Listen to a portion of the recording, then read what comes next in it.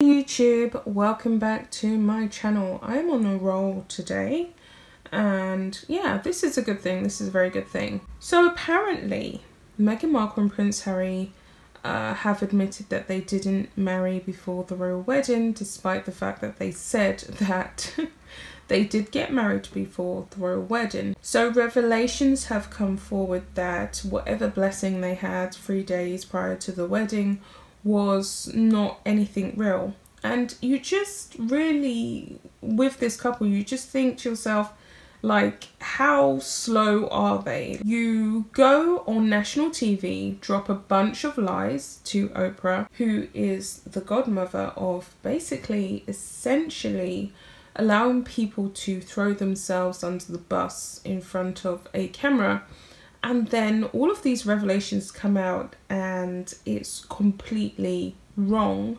And you are left with eggs splattered all over your face and you just look like an idiot, basically. That's all I can really say. They look stupid, to say the least. So I'm going to get into this article by The Mirror, and it says, during a trip to their chicken coop as part of their interview with Oprah Winfrey, which I found weird. Like, what was this chicken coop all about? It came across as though they was trying too hard to come across as relatable and down to earth when they are anything but relatable and down to earth. I mean, most people who have access to that type of money would not be doing half the things that they do. They wouldn't be moaning and complaining about media invasion and all the rest of it, and then constantly be in the media. So they're not relatable by any means. They are very detached, but they was trying to present this relatable type of image.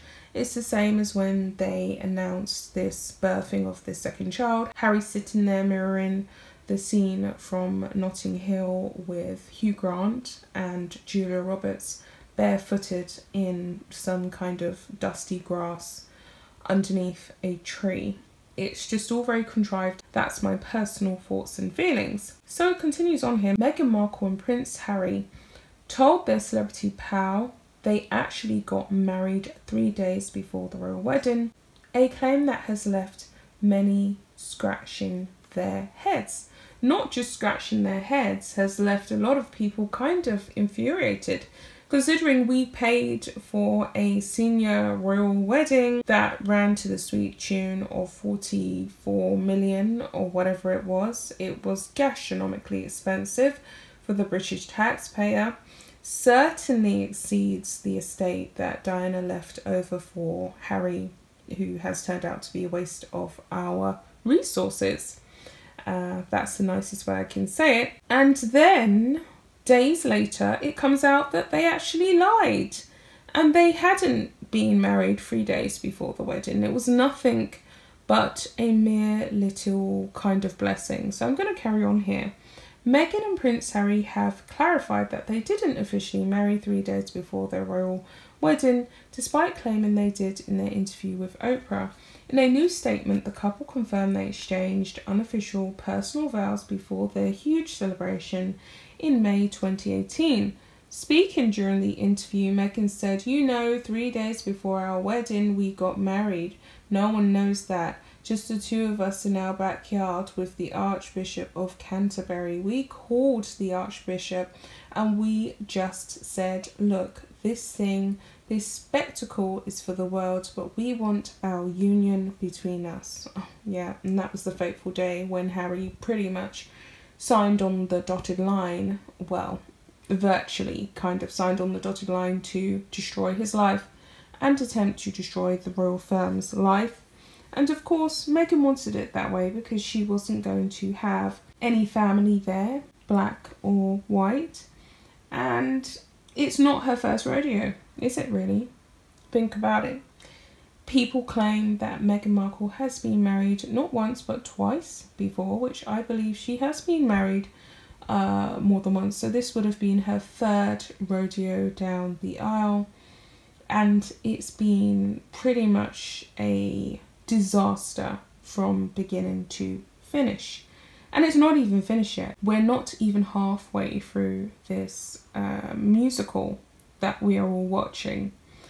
I mean, why would you give an interview like that and miss major details out and get major details wrong.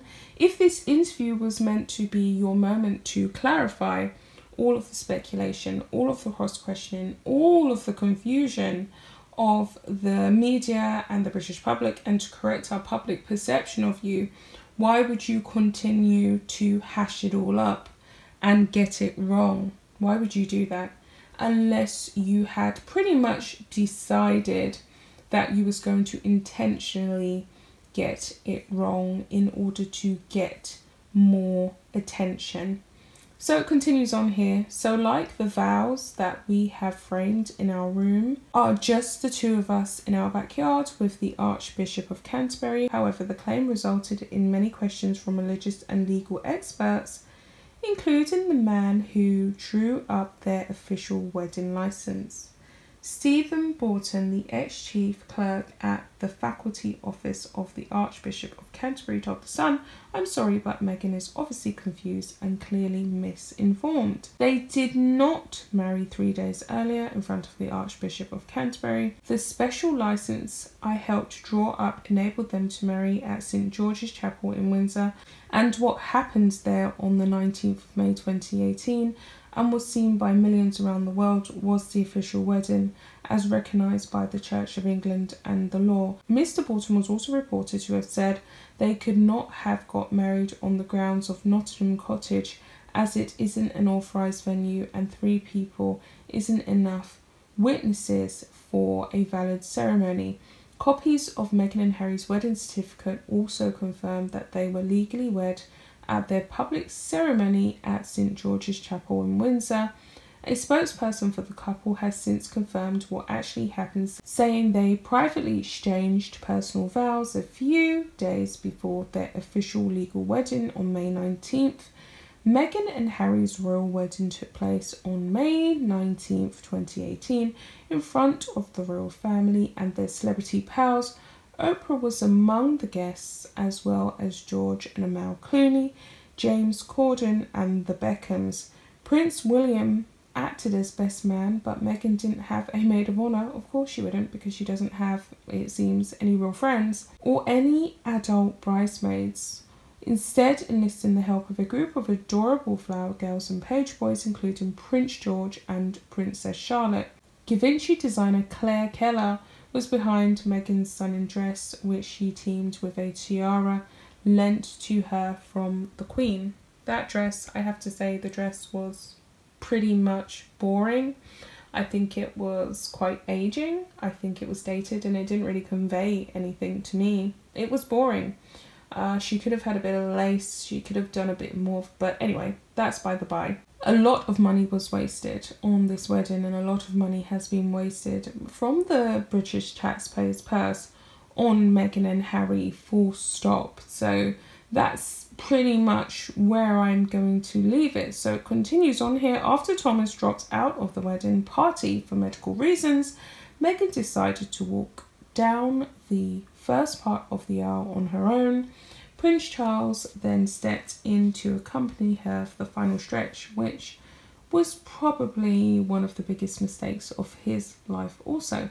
So a lot of people have basically said that, you know, everything that Meghan and Harry claimed in that interview is pure rubbish. And I think that you can see from this minor detail that they couldn't even understand basically that they wasn't married before the actual ceremony, that a lot of things that was said during that interview were simply not true, and that they were lies, to say the least. Someone else has said on the article, and I'm only going to read a bit, so they finally admit to the lie about their wedding. What about Meghan saying she had not seen her sister Samantha for 19 or 20 years? Then Samantha published her graduation photo with Meghan, taken 13 years ago. And Samantha says she saw Meghan after the photo was taken too. Let's not forget Harry's lie about saying his dad never took him out to ride his bike like he does with Archie. A photo clearly shows Prince Charles riding a bike with Harry on the back and William riding ahead of them on his bike. That interview was a pack of lies from start to finish. Piers is right, everything coming out of her mouth is a lie. And it's true. That from the minute details to the major details, and unfortunately when it comes to someone like Meghan and Harry, but especially Meghan, you have to start understanding what a pathological liar is and seeing that this could actually be someone who is a pathological liar. I think that the claims regarding being denied access to treatment for mental health issues are definitely lies. I do not think that they would have denied them. I think that if anything, they would have encouraged her, more importantly, to go and get some help. Because it wouldn't be good to have someone running around fulfilling royal duties and doing strange weird things at charity events. So I think that that was a lie, and she just does systematically lie. Why? We don't know. But I'll be back with another video. I hope they get some help soon. Bye guys.